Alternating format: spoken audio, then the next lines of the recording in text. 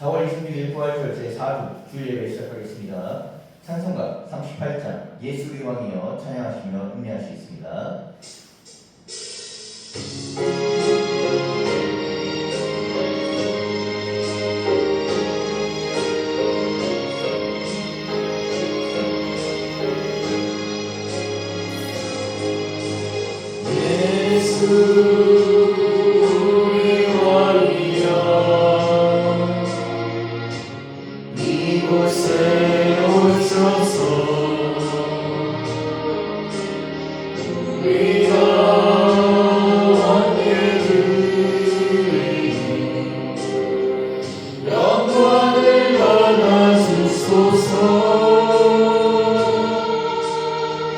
우리는 주님을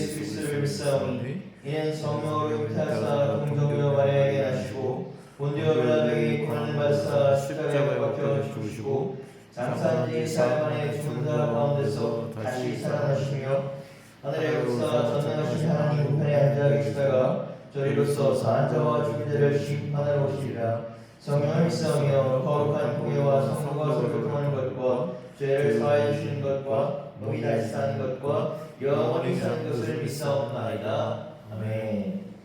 예배 부른 교동문 78번 요한복음 14장 읽겠습니다.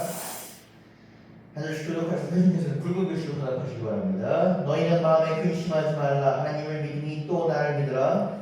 내 아버지 집에 거할 곳이 많도다. 그렇지 않으면 너희에게 일렀으리라. 내가 너희를 위하여 거처를 예비하라고 하노니 가서 너희를 위하여 거처를 예비하면 내가 다시 와서 너희를 내게 영접하여 나 있는 곳에 너희를 있게 하리라. 내가 어디로 가는 것을 그 길을 너희가 아느니라. 도마가 이르되 주여 주께서 어디 가시는지 우리가 알지 못하거늘 그 길을 어찌하겠사옵나이까. 예수께서 이르시되 내가 곧 길이요 진리요 생명이니. 다시 읽겠습니다. 나로 말미암지 않고는 아버지께로 올 자가 없느니라. 하나님께서 오늘 우리에게 주신 말씀은 요한복음 11장 21절에서 27절입니다. 요한복음 11장 21절에서 27절 제가 읽어드리겠습니다. 마르다가 예수께 여짜오되 주께서 여기 계셨더라면 내 오라버니가 어찌 죽지 아니하겠나이다. 그러나 나는 이제라도 주께서 무슨 위엇이든 하나님께 구하는 것을 하나님이 주실 줄 아나이다. 하나님께서 이르시되 내 오라비가 다시 살아나리라. 마르다가 이르되 마지막 날 부활할 때는 다시 살아날 줄을 내가 아나이다. 예수께서 이르시되 나는 부활이요 생명이니 나를 믿는 자는 죽어도 살겠고 무릇 살아서 나를 믿는 자는 영원히 죽지 않으니 이것을 내가 믿느냐. 이르되 주여 그러하매다. 주는 그리스도시요 세상에 오시는 하나님의 아들이신 줄 내가 믿나이다. 아멘. 이 말씀은 살아계신 하나님의 말씀입니다. 우리 누군가의 죽음을 맞이한다는 것은 그것이 아무리 예상된 죽음일지라도 결코 쉬운 일이 아닙니다. 특히 가족의 죽음을 맛본 우리가 본다는 것은 우리가 세상 어디에서도 얻을 수 없는 큰 용기의 슬픔을 경험합니다. 이 목회자는 사역을 하면서 참마의 이 장례의 자리를 지킵니다. 성도가 전에 상을 당해 조문 예배를 드리는 일은 목회자에게 중요한 부분입니다. 아직도 제 기억에 생생히 남는 한 장면이 있는데 어느 그 중년 권사님의 어머니께서 돌아가셔서 저희가 조문 예배를 드리러 가는 일이었습니다. 워낙 고령이셨고 건강이 잘 교회 생활, 믿음 생활 하시다가 하늘나라 가시고 계시기 때문에 사실 조문 예배는 이것은 매우 평온하고 아주 그냥 잘 마무리되었습니다. 권사님께서 저희한테 식사를 내드려 주시며 먼 길 오시느라고 수고하셨다고 얘기하고 식사를 내주셨는데 저희가 예배 그 식사 자리에 앉아서 밥을 먹으려는데 그 옆에 부스에서 울음소리가 들려왔습니다. 단순히 울음소리가 아니라 아주 찢어진 좀 뱃속에서 올라오는 절규에 가까운 울음소리였고 식탁에 앉아있던 사람들 모두가 밥을 잘 넘어가지 못하는 젓가락을 내려놓게 만드는 그런 소리였습니다. 이제 조문을 마치고 나오는 길에 그 소리가 들렸던 부스를 보았는데 이 영접사진 속에는 이제 막 한숨을 중반쯤 돼 보이는 젊은 딸이 환하게 웃고 있었고 그 앞에서는 이제 부모님이 무너져 절규하고 있는 그런 상황이었습니다. 그날이 참 잊혀지지 않는 상황입니다. 세상에는 참 설명되지 않는 죽음이 많이 있습니다. 충분히 살았다고 말하기는 어려운 이해할 수 없는 죽음. 왜 하필 이 사람을 데려가셔야 했나? 라는 우리가 하늘을 향해 묻고 싶어지는 때로 원망하게 되는 그런 죽음들이 있습니다. 그런 죽음 앞에 남겨진 사람들은 종종 이런 생각을 합니다. 우리 하나님은 어디 계셨는가? 왜 이를 막아주지 않으셨는가? 오늘 본문에 그런 사람이 등장합니다. 사랑하는 형제를 잃었던 마리아. 그녀는 예수님께 원망스러운 고백을 씁니다. 주께서 여기 계셨더라면 내 동생이 죽지 아니하였나이다. 그러나 예수님은 그 자리에서 그 저렴한 한복판에서 전혀 예상하지 못한 말을 하십니다. 본문을 더 깊이 이해하기 위해서는 오늘 본문의 이야기 속 배경 인물들을 살펴볼 필요가 있습니다. 마르다, 마리아, 나사로입니다. 이 세 남매는 요한복음 이전에도 등장했습니다. 누가복음에서 이 예수님이 마르다의 집에 들으셨던 장면이 기록되어 있습니다. 그 집을 소개할 때 어떻게 소개하냐면 마르다의 집이다라고 소개합니다. 우리가 보통 누구누구의 집이다라고 할 때는 어떻습니까? 그 부모님의 이름을 내거나 혹은 하다못해는 그 우리가 다른 사람의 이름을 대는데 여기서 마르다의 집이 소개가 됩니다. 성경에서 이 세 남매의 부모에게 아무런 언급이 없는 것을 보았을 때 우리는 세 남매가 부모님 없이 살고 있었음을 알 수 있고 집에서 마르다의 집인 것을 얘기해서 했을 때 아무런 가장이 마르다였다는 것을 알 수가 있습니다. 이 삼남매는 부모님을 여의고 살고 있었고 그러나 부모님을 여의고 있어도 이 삼남매는 굉장히 깊고 돈독했을 것입니다. 이 삼남매가 살던 지역이 어디냐면 베단이라는 곳입니다. 이 베단이는 예루살렘에서 이 3km 떨어진 곳입니다. 이 베단이는 어디냐면 우리가 알고 있는 그 갈릴리 당시 유대 사회는 이 갈릴리는 다소 유대 이 중심부에 다소 떨어지는 시골 동네 취급받았습니다. 그리고 이 베단이는 갈릴리 가운데서도 가난한 사람들이 모여 살던 이 다소 달동네 느낌의 비슷합니다. 이 베단이라는 이름 자체가 무슨 의미냐면 가난한 자들의 집이다라는 뜻입니다. 세 남매는 그 작은 마을에서 부모님 없이 살고 있었습니다. 성경에서는 나사로의 건강 상태에 대해서는 구체적으로 언급하지는 않습니다만 여러분 마르다가 나사로의 병에 대해서 예수님께 전가를 보냈을 때 그때는 그가 심히 앓고는 있었으나 어떻습니까? 사랑은 있었습니다. 그러나 이미 예수님께서 도착했을 때는 어떻습니까? 죽었습니다. 그의 병세가 매우 위중한 상태였고 당시 의술로는 손을 쓸 수 없는 그런 중병이었다. 혹은 그가 이전부터 건강 상태가 그리 좋지는 않았다라고 추측해 볼 수 있습니다. 여러분 생각해 보십시오.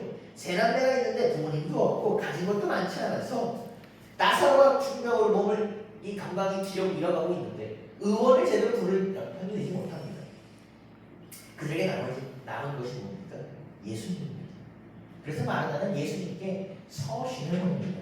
예수님 보십시오. 사랑하는 자 나의 사랑하는 형제 나사로가 병들었습니다.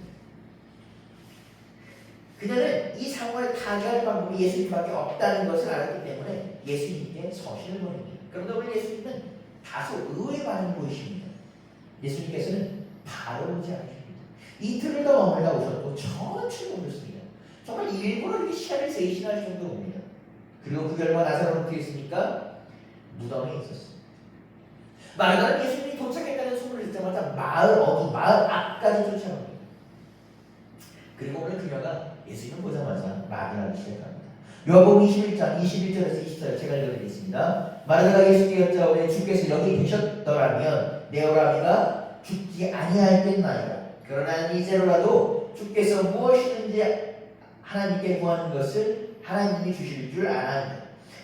예수께서 이르시되 내 오라비가 다시 살아나리라. 마르다가 이르되 마지막 날 부활할 때는 다시 살아날 줄을 내가 아나이다.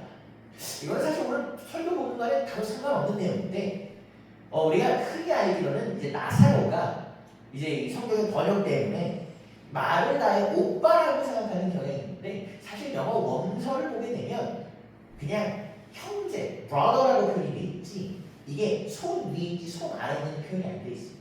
그리고 성서학자들의 분석을 보면 아무래도 뭐다 마르다가 누나이고 나사로가 동생이다라고 얘기를 합니다. 그래서 혹시 요거에 대해 생각을 시켜 말씀을 드렸습니다. 성경 우리 해석을 다시 돌아가 봅시다. 마르다의 말을 처음 들었을 때 우리는 이것을 원망이나 책망으로 읽을 수 있어요.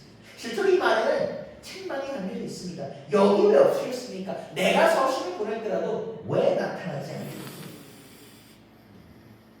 마르다의 마음 안쪽에 있던 말이 터져나옵니다. 그리고 그녀의 말을 잘 본다면 주님께서 여기 계셨더라면 이런 일이 일어나지 않을 텐데. 그녀는 예수님께 원망도 하지만 예수님께서 이 상황을 타개하셨을 거라고 생각도 합니다. 혹은 그녀는 이제는 모든 것이 다 늦어버렸다는 생각을 들었습니다.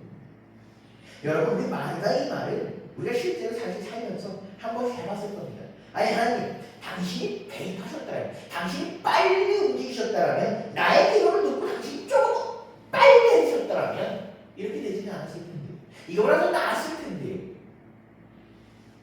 여러분, 이것은 단순한 원망이나 불신앙이라고 볼 수는 없습니다. 왜? 하나님께서 이것을 해결하실 수 알기 때문에 얘기하는 겁니다. 만약 하나님께서 이걸 해결할 수 없다고 생각한다면 이 말조차 하지 않았을 것입니다. 하나님을 믿지 않는 사람은 하나님께 얘기하지도 않습니다. 예수님께서 이 말을 들으시고 꾸짖지 않으십니다.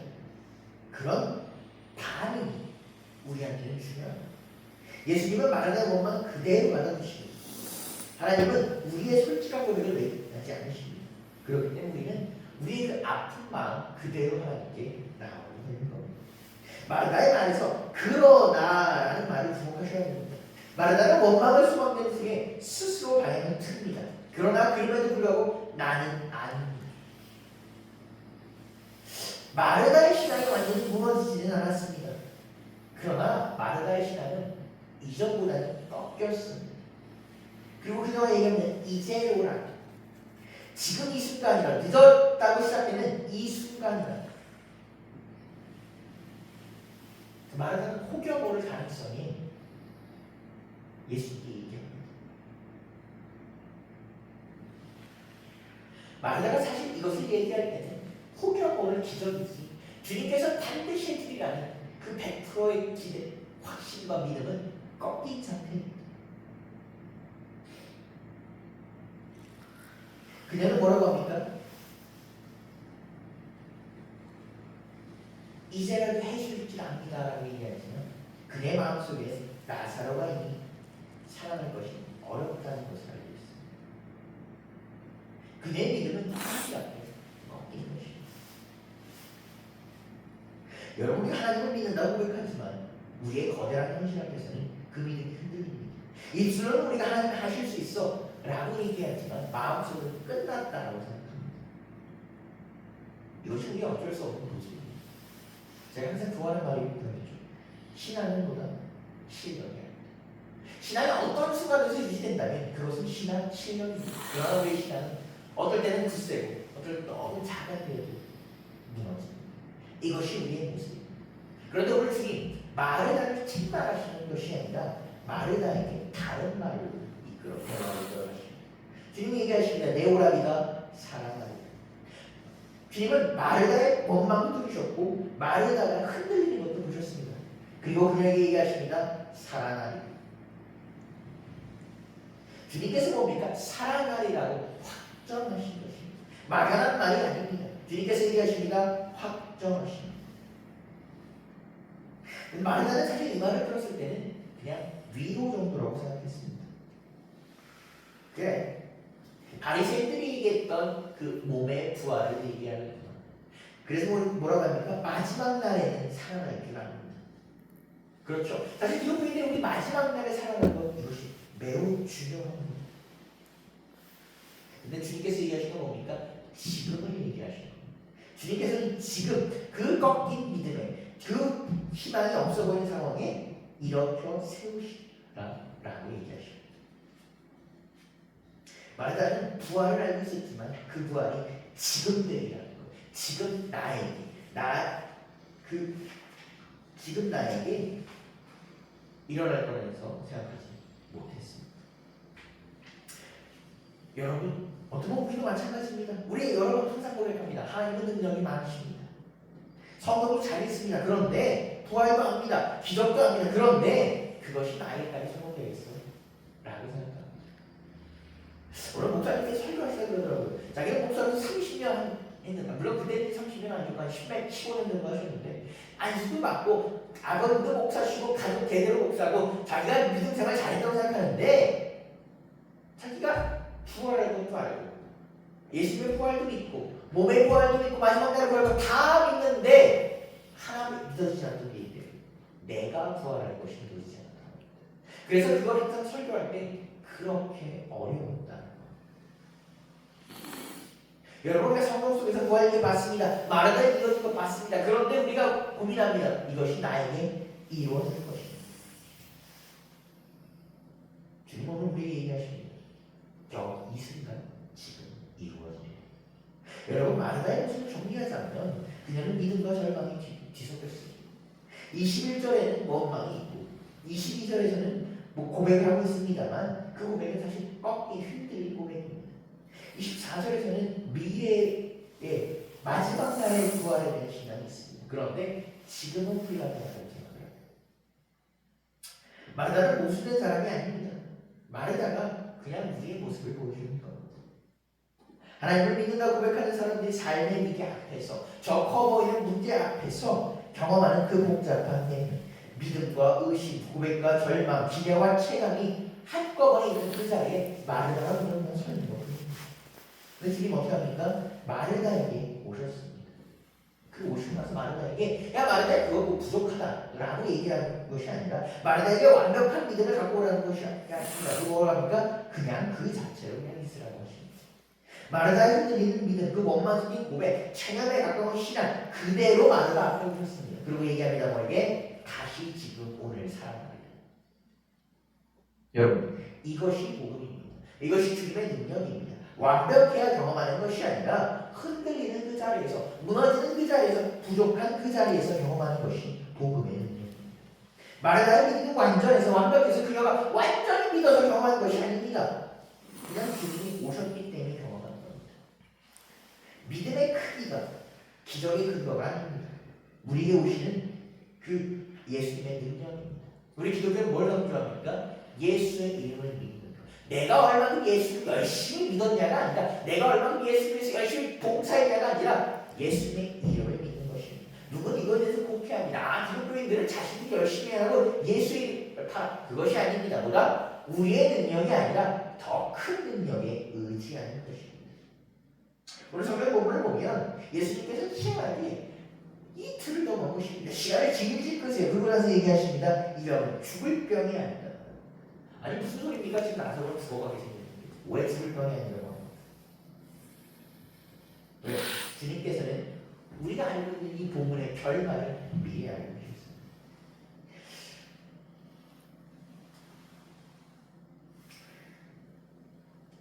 사랑하는 성도 여러분, 하나님은 때때로 우리가 기대하는 시간보다 늦게 오시는 것 같습니다. 성경은 얘기합니다. 우리가 사실 이 생각만은 오늘 우리만의 생각은 아닙니다. 성경에서도 그런 얘기합니다. 여러분 베드로 전서를 보면 그 말이 나옵니다. 뭐다? 하나님의 때와 우리의 때는 시간이 나요. 그때 그 사람들도 하나님의 때가 왜 이렇게 늦어지나? 예수님께서 다시 오시다는데 왜 아직도 안 오시나? 예수님의 부활을 경험했던 그 1세기 기독교인들이 다 죽어나가는데 예수님은 언제 오시나? 예수님의 시간과 우리는 이렇게 다른가라고 생각을 했습니다. 그 생각은 오늘 우리에게 마찬가지입니다. 늦게 오신 것 같습니다. 오지 않는 것 같습니다. 기도에도 그냥 공원 메아리가 터지는 것 같습니다. 기다려도 상황이 나아지는 것 같지 않습니다. 아무런 소망이 없다는 순간 우린 주님께 묻습니다. 주님 어디 계십니까? 내가 이렇게 힘들었는데 고난받을 때 내가 이렇게 궁금증 가운데 당신은 어디 계십니까? 묻을 때 당신은 도대체 뭘 하고 계십니까? 그런데 그 늦은 가운데 주님이 목적이 있습니다. 주님 오늘 그냥 아무 생각 없이 늦게 오신 게 아닙니다. 우리가 끝났다고 체험하는 그 자리가 하나님의 영광이, 하나님은 우리께서 역사하시는 그 역사하심이 가장 깊게 일어납니다. 우스갯소리로 제가 그런 얘기 들었습니다. 우리가 목회 사역을 하다 보면 사실 우리 목회자들은 뭔가 이렇게 타이트하게 계획이 잘 세우는 편은 아닙니다. 그런데 그 목회자들 사이에서 더 타이트하게 잘 세우지 않는 분들이 계시는데 선교사님들입니다. 선교사님들은 사실 현장에서 많이 마주치기 때문에 타이트한 계획보다는 그때 대응하는 것이 되게 중요합니다. 그래서 사실 우리 목회자들도 선교사님들과 얘기할 때 선교사님 뭐 이럴 때 선교사님 참 계획대로 움직이지 않으십니다 라고 얘기합니다. 근데 어느 선교사님 우스갯소리를 부르시더라고요. 어느 전도사님이 목사님께 그러시더라고요. 목사님 그렇게 계획대로 다 움직이면 도대체 하나님의 영광은 언제 개입합니까? 라고 하시더라고요. 우스갯소리 농담 가운데 하는 일이 없겠지만 여러분 우리가 우리의 계획대로 다 돌아오고 있다고 생각하면 여러분 하나님의 영광은 왜 필요합니까? 하나님은 언제 개입하십니까? 마르다의 절망은 끝이 아니었습니다. 마르다가 생각할 때 더 빨리 오셨어야 이 계획이 딱 떨어지는 겁니다. 그런데 하나님이 보실 때는 조금 더 있다가 하셨습니다. 그때가 예수님의 생명, 하나님의 영광이 가장 드러나는 순간이었어요. 오늘 마르다 앞에 오신 예수님은 그 자리에 계셨던 예수님은 오늘 우리에게도 오셨습니다.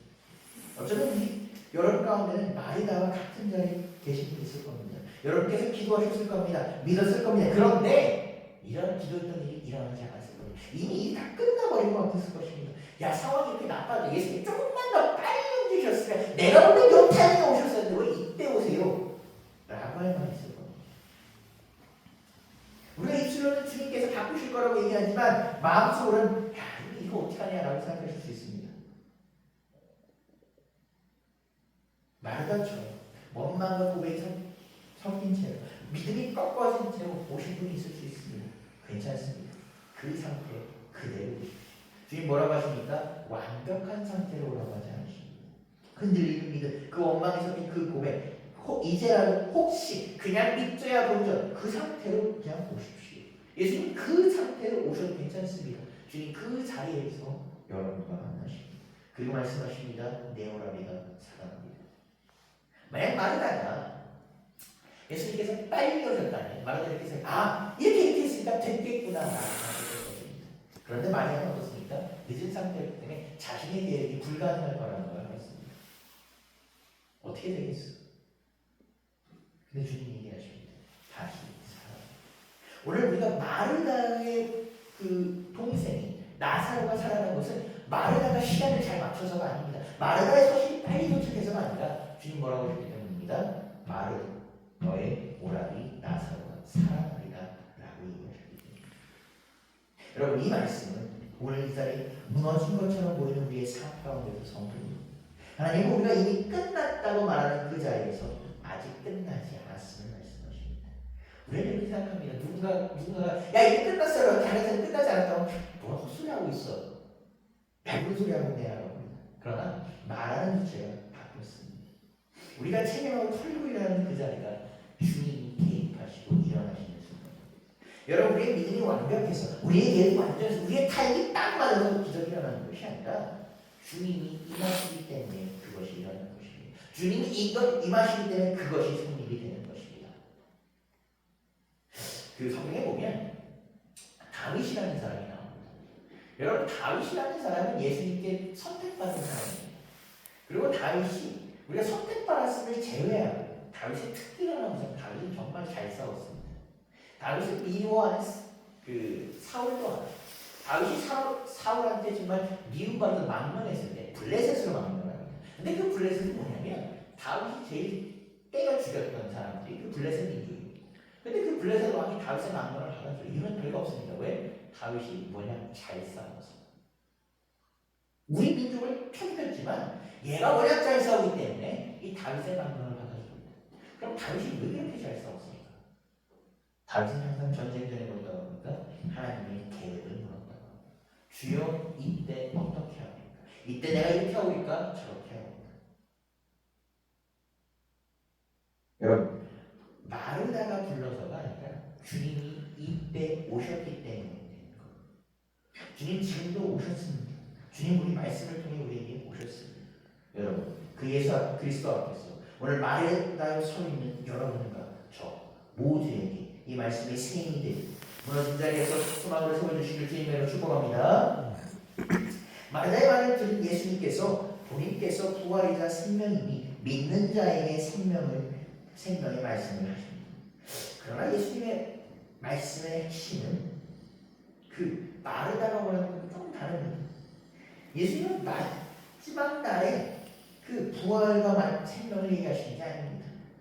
지금 이 자리에서 부활하라고 얘기하십니다. 그리고 예수님은 마르다에게 위대한 성품을 보여주십니다. 요한복음 11장 25절에서 27절 읽겠습니다. 예수께서 이르시되 나는 부활이요 생명이니 나를 믿는 자는 죽어도 살겠고 무릇 살아서 나를 믿는 자는 영원히 죽지 않으니 이것을 내가 믿느냐 이르되 주여 그리하오이다 주는 그리스도시요 세상을 오시는 하나님의 아들이신 줄 내가 믿나이다. 여러분 우리가 요한복음 11장 25절 26절 참 많이 암송하는 구절입니다. 그런데 우리가 여러분 27장 같이 볼 때 뭐라고 합니까? 주여 그리하오이다 내가 당신이 하나님의 아들인 줄 믿나이다. 여러분 여러분 예수님의 선포에 뭐가 됩니까? 마리아의 답이 더해져야 이 선포가 완성이 됩니다. 주님께서 선포만 하시는 건 아무 소용이 없습니다. 주님은 당연히 선포 안 하셔도 다 맞는 얘기 하십니다. 다 훌륭한 얘기 하세요. 그런데 그 주님의 선포를 어떻게 받아들입니까? 마리아가 얘기하는 27절에서도요. 주님 그리스도시요 하나님의 아들이시오.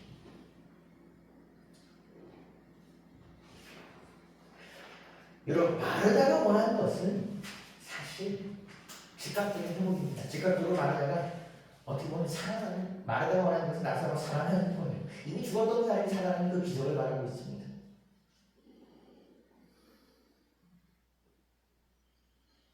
주님의 입에서 가장 듣고 싶었던 말은 지금 살려주겠다라는 직접적인 약속이었을 것입니다. 근데 주님 그 말을 직접적으로 하지 않으세요. 뭐라고 합니까? 더 근본적인 얘기합니다. 나는 부활이요 생명이요. 참, 이 동생의 그 부활을 원하는 그 마르다 입장에서 참 답답하거든요. 당장 살려주세요. 무슨 소리 나오고 계시네.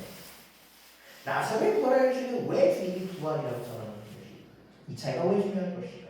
만약 주님이 알았다 지금 나사로를 살려주겠다면 그건 그냥 그 기적은 끝입니다. 위대한 기적이지만 그걸 끝입니다. 그런데 주님 기적을 주시기 전에 그 기적의 근거가 무엇인지 얘기합니다. 내가 부활이기 때문에 나사로가 살아납니다. 내가 생명이기 때문에 이 자리에서 죽음이 그 권세를. 여러분 이것은 나사로만을 위한 것도 아니고 마르다만을 위한 것이 아닙니다. 우리 모두를 위한 것입니다. 성경에서는 예수님께서 나는 누구누구다라고 얘기하십니다. 나는 생명의 떡이다. 나는 생명의 빛이다. 나는 선한 목자이다. 나는 포도나무다. 그리고 오늘 뭐라고 합니까? 나는 부활이요 생명이다. 예수님은 자신이 누구인지 우리에게 선포하십니다. 나는 부활이다. 여러분 부활이 예수님이 하는 일이 아니라 부활 자체가 예수님 그분입니다. 부활과 생명은 예수님과 떼어놓을 수가 없습니다. 예수님이 계신 곳에 부활이 있고 예수님이 계신 곳에 생명이 있다는 것입니다. 우리가 사망 권세로 예수님을 이길 수 없다는 것이 무엇입니까? 사망 권세로 우리를 탓할 수 없다는 것이 무엇입니까? 생명 자체는 예수 그리스도가 우리와 있다는 것입니다. 어둠이 빛을 이길 수 없듯이 죽음은 생명이 예수님을 이길 수 없습니다. 예수님께서 하신 말씀을 다시 한번 봅시다. 나는 부활이요 생명이요. 마르다가 원하는 것은 무엇이었을까? 얘기했던 것처럼 그 즉각적인 약속이었습니다. 그 약속보다 주님은 더 근원적인 선포를 하십니다. 예수님은 25절과 26절에서 두 가지를 말씀하십니다. 첫 번째, 나를 믿는 자는 죽어도 살겠고, 둘째, 살아서 나를 믿는 자는 영원히 죽지 아니하리라. 여러분 이 두 문장은 얼핏 보기에는 비슷해 보입니다. 그런데 자세히 보면 서로 다른 것을 얘기합니다. 첫 번째 약속은 육체적인 죽음 이후인 것입니다. 몸이 죽더라도 예수를 믿는 자는 다시 살 것이다. 이것은 미래에 대한 부활입니다.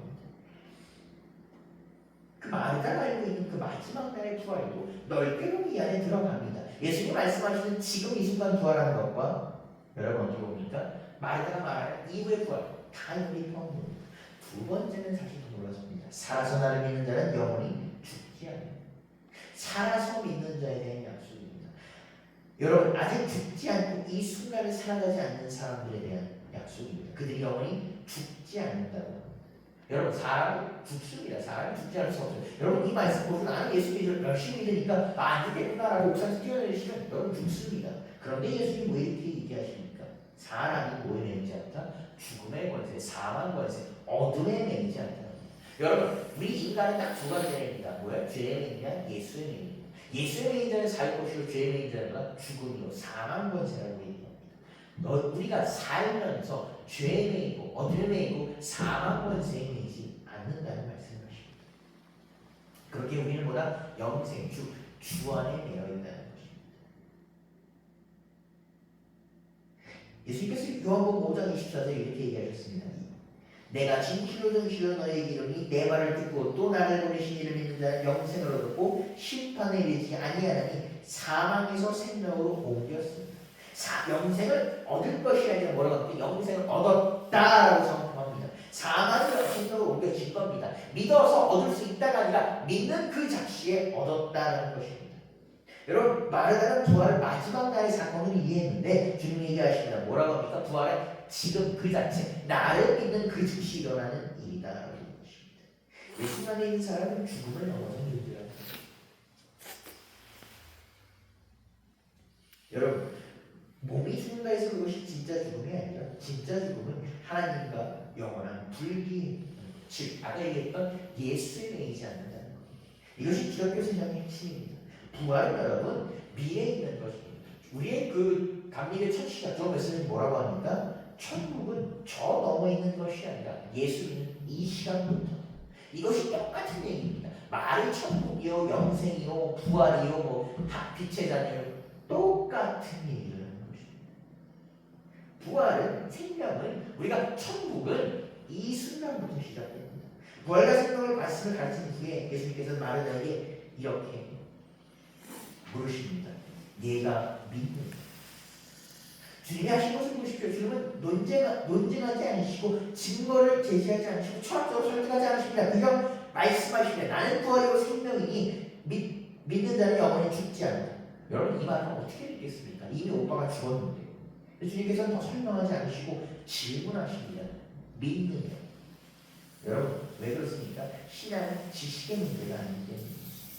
신앙은 결단의 문제입니다. 여러분 아는다고 해서 다 믿을 수는 없습니다. 당연하죠. 여러분 물론 어느 처음에 어느 정도 믿으면 여러분 알아야 합니다. 그러나 그 아는 것이 머리로 끄떡이는 것이 여러분의 마음속까지 뚫어주는 것은 아닙니다. 여러분의 마음속이 뚫리려면 거기에서 끄떡끄떡해서 여러분의 마음이 반응해야 합니다. 그래서 신앙은 뭐라고 합니까? 결단의 문제가 아닙니다.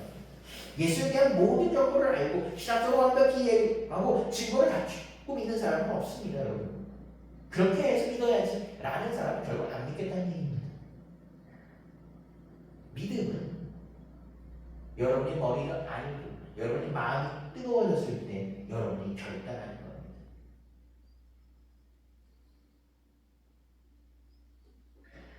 예수님께서 마르다에게 모든 것을 묻지 않으십니다. 모든 것을 확인하지 않으십니다. 그 하나만 묻습니다. 내가 나를 믿느냐? 그러니까 마르다가 얘기합니다. 뭐라고 합니까? 주는 그리스도시요 세상에 오신 하나님의 아들입니다. 여러분 이걸 고백하는 사람이 누굽니까? 잘하는 사람? 베드로입니다. 베드로 얘기하죠. 주는 그리스도시요 살아계신 하나님의 아들이십니다. 예수님은 그 고백 위에 교회를 세우겠다고 하셨습니다. 그리고 나사로 지금 나사로가 죽은 가운데 마르다가 동일한 고백을 합니다. 우리가 한 번 질문해야 됩니다. 그녀는 이 말을 다 이해했을까? 마태복음에서 베드로는 사실 이 말을 했을 때 다 이해하지 못했습니다. 누군가는 이렇게 얘기합니다. 상황상 그냥 이렇게 얘기하니까 얘기하는 것이에요. 마르다가 어쩌면 지금 슬픔 가운데 이 말 다 이해 못했을 것입니다. 어쩌면 반이 이해 못했을 것입니다. 갑자기 이 마르다가 마지막 날에 부활만 얘기하다가 갑자기 부활의 생명이 지금 당장 영원히 죽지 않는다고 얘기한 말을 다 이해하고 여러분 고개를 끄덕였다면 마르다가 진짜입니다. 이 복잡한 말을 어떻게 합니까? 기독교가 이 복잡한 말을 설명하기 위해서 무려 300년에서 400년의 시간을 보냈습니다. 그저 그냥 동생이 죽었을 때 슬픔이 채 나지 나보다 능력 있는 얘가 얘기하니까 그저 고개를 끄덕였을지도 모릅니다. 그런데 여러분 뭡니까? 그걸로 충분합니다. 주님께서 얘기하십니다. 주님께서 마르다의 기도에 응답하십니다. 다 이해할 수 없는 그 마르다의 고백 가운데 그녀가 고백했더니 주님이 응답하십니다. 여러분 이것이 믿음인 것입니다. 여러분 우리는 때때로 기적을 찾고 여러분 그 주님께서 역사하신 결과물을 찾습니다. 그런데 뭐가 선언됩니까? 믿는 것이 선언입니다. 여러분 그 믿는다는 대단한 거 아닙니다. 믿자의 본전으로 믿어보십시오. 믿자의 본전으로 주님 들어주십시오. 안 하고 하십시오. 왜? 주님 내가 이 상황에서 당신한테 이거밖에 못 믿겠습니다. 내가 당신을 지금 믿을 수 있는 나의 10%밖에 안 되는데 이게 내 전부입니다. 그냥 이거라도 믿겠습니다. 주여 들어주십시오. 그리고 주님 들어주실지 안 되는지 보십시오. 일단 그거라도 믿고 나서 시작하십시오. 그러니까 여러분 발견하는 일이 있거든요. 여러분 12장 43절 44절 읽겠습니다. 이 말씀을 하시고 큰 소리로 나사로야 나오라 부르시니 죽은 자가 수족을 배로 동인채로 나왔는데 그 얼굴은 수관에 쌓여있더라. 예수께서 이르시되 풀어놓아 다니게 하라. 여러분 죽음이 사흘이 지났습니다. 유대인들은 여러분 사흘이 지나면 완전히 죽었다고 생각했습니다.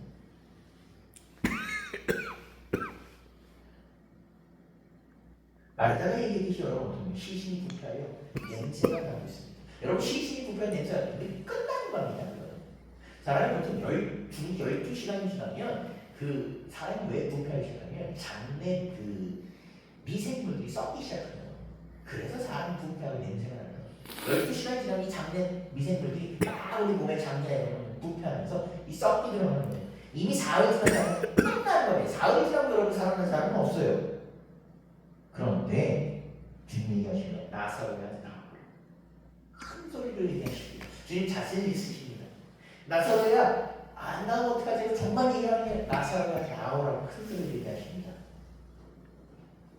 왜? 그가 나오는 줄을 아셨습니다. 마르다의 믿음에 대하여 아셨기 때문에. 그러나 어떡합니까? 죽은 자가 나왔습니다. 여러분 그 죽은 자가 그 배에 동매된 채로 그대로 나왔습니다.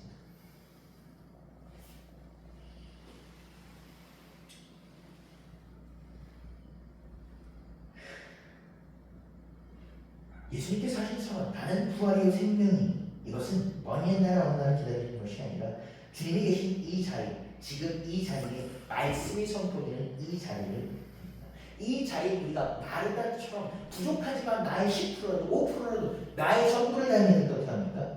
부활이 일어나고 기적이 일어납니다.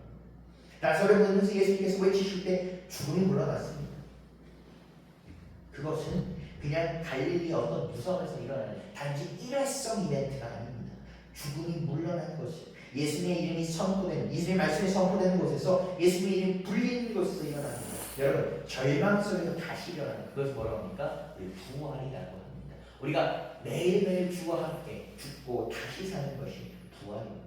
포기했던 자리에 다시 숨쉬는 그것이 부활입니다. 죽었던 같은 관계가 회복하는 것, 끝났던 같은 꿈이 다시 살아 숨쉬는 것, 그것이 부활입니다. 죽은 나사로가 다시 살았을 주님, 그 뭐라고 하십니까? 그 나사로를 동경했던 배를 풀라고 합니다. 왜? 나사로가 되살아났으나 배를 먹고 있다는 그는 여전히 뭐합니까? 죽은 사람이기 때문입니다. 죽은 사람에게 남아있던 배가 더 이상 살았던 나사로에게 필요가 없습니다. 왜? 그는 이미 새 생명으로 살아났고 새로운 삶으로, 새로운 수육으로, 새로운 육신으로 살기 때문입니다. 여러분 모든 것이 끝났다고 느꼈을 때, 늦었다고 체념했을 때, 나사로처럼 사흘 지난 나사로처럼 살이 썩어들고 부패하고 냄새가 나는 그 나사로처럼 손댈 수 없다고 생각했을 때 주님께서 계십니다. 주님께서 말씀하시면 나는 부활이요 생명이요. 나의 고백은 말씀드린 것처럼 100% 그녀가 이해해서 나온 것이 아닙니다. 주님 말씀을 다 이해하지 못했을 것입니다. 그녀는 누구신지 몰랐지만 그 누구신지 그분을 붙잡았습니다. 그때 하나님의 역사가 일어났습니다.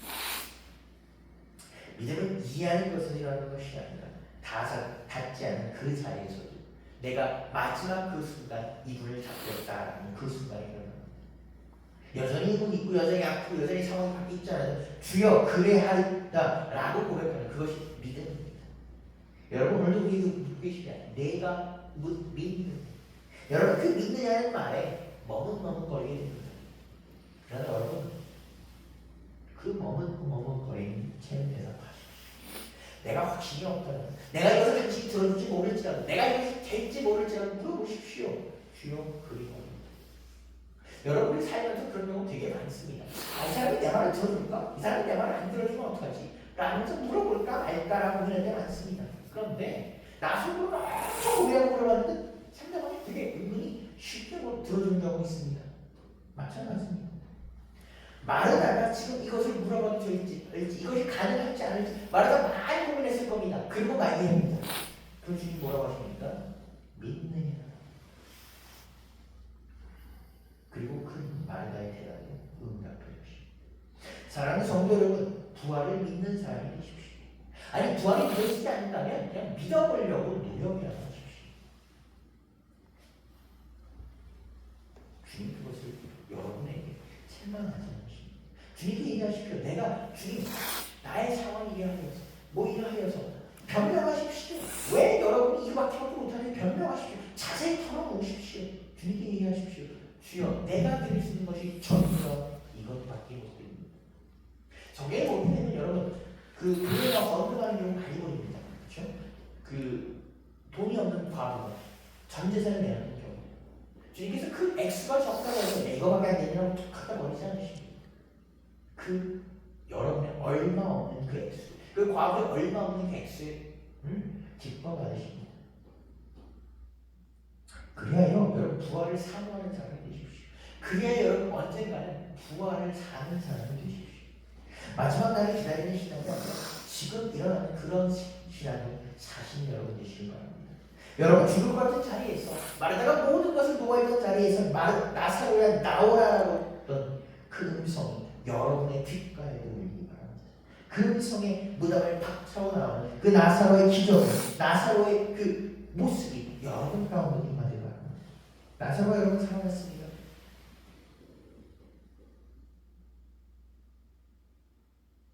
주님이 말씀하십니다. 내가 나를 믿는다. 그리스도 안에서 믿는다라고 대답할 수 있는 여러분 되시기 바랍니다. 그리스도 안에서 주여 나의 모든 것을 아시오. 나의 모든 것을 아니 내가 당신을 믿습니다라고 얘기할 수 있는 그리하여 새로운 삶, 부활의 삶을 살 수 있는 여러 가지가 되길 주님의 축복합니다. 기도하시겠습니다. 사랑하는 하나님 아버지, 오늘 나사로와 베드로, 나사로와 마르다 그리고 마리아를 통해서 주여 넘어진 자들이 절망 가운데서 끝없는 절망 가운데서 주님께서 임하셔서 그 축복 임하심을 살펴봤습니다.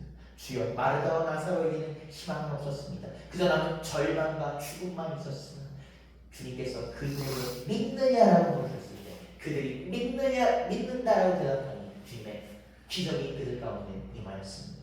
주여 그 기적 우리 가운데 임하게 하여 주옵소서.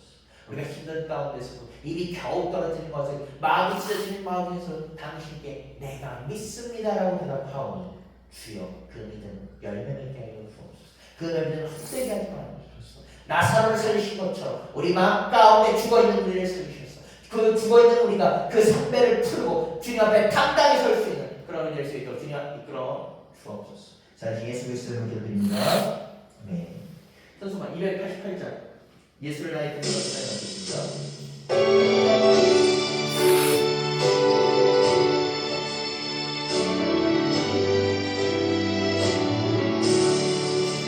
예수를 나의 구주 삼고 성령과 피로써 거듭나니 이 세상에서 영원히 하늘의 영광 누리도다.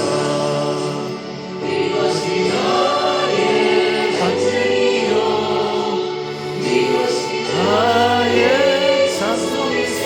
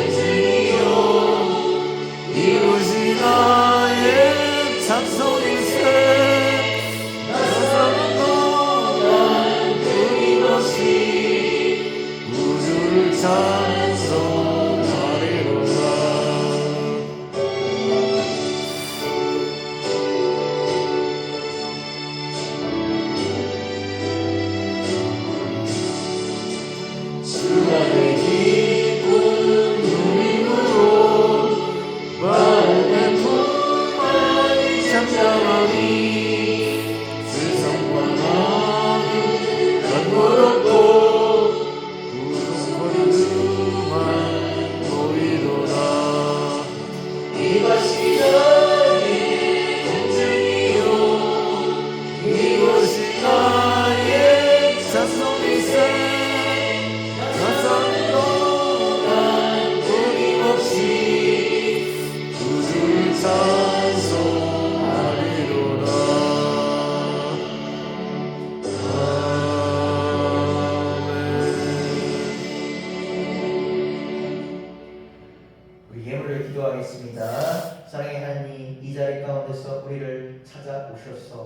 주여 이자의 가운데서도 우리가 부족한 가운데서도 절망하고 있을 때 두려움에 떨고 있을 때 나는 부활이요 생명이요 말씀하신 주님 찬양합니다.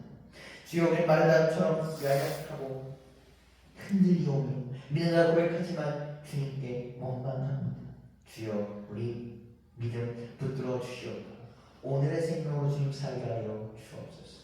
주님 같은 상황에서도 주님의 생명이신 붙드는 믿음을 주시옵고 주님 절망 가운데서 다시 살아내는 경험하게 하여 주시옵소서. 주여 주님께서 지난 한 주를 우리를 보살피셨던 것처럼 이번 한 주도 주님께서 우리를 보살피신 것을 믿사오니 주여 함께하여 주옵소서. 그리하여 우리의 발자국이 찍히는 곳곳마다 우리의 그 숨소리가 드는 곳곳마다 주님을 찬양하는 그 믿음의 응답이 노래할 수 있도록 주님 우리를 이끌어 주옵소서. 사랑의 예수 그리스도를 믿어드렸습니다. 네. 주기도문으로 주일을 마치겠습니다. 하늘에 계신 우리 아버지여 이름이 거룩히 여김을 받으시오며 나라가 임하시오며 뜻이 하늘에서 이루어진 것 같이 땅에서도 이루어지이다. 오늘 우리에게 일용할 양식을 주시옵고 우리가 우리에게 죄 진 자를 사하는 것 같이 우리 죄를 사하여 주옵시고 우리를 시험에 들게 하지 마시옵고 다만 에게서 구하시옵소서. 나라와 권세와 영광이 아버지께 영원히 있사옵나이다. 아멘. 예배를 마쳤습니다. 이번 한 주도 주님 안에서 그 부활의 생명을 경험하시는 여러분 되시길 주님의 축복합니다.